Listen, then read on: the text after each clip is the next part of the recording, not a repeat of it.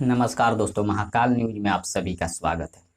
दोस्तों, कुछ भी कोई बोल दे लेकिन खेसारी लाल यादव मतलब जो कर देते हैं वो शायद किसी को करने में सोचना पड़ता है।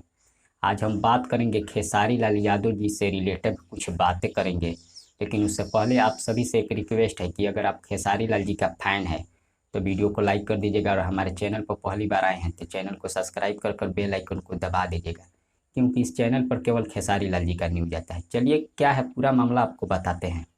खेसारी लाल यादव एक बार फिर से अपना ट्रेंडिंग स्टार का जलवा दिखा दिए हैं। जी हाँ दोस्तों, उनका गाना रिलीज हुआ है इंसान खिलौना हो गए, जो कि खेसारी म्यूजिक वर्ल्ड से सुबह सुबह रिलीज किया गया था।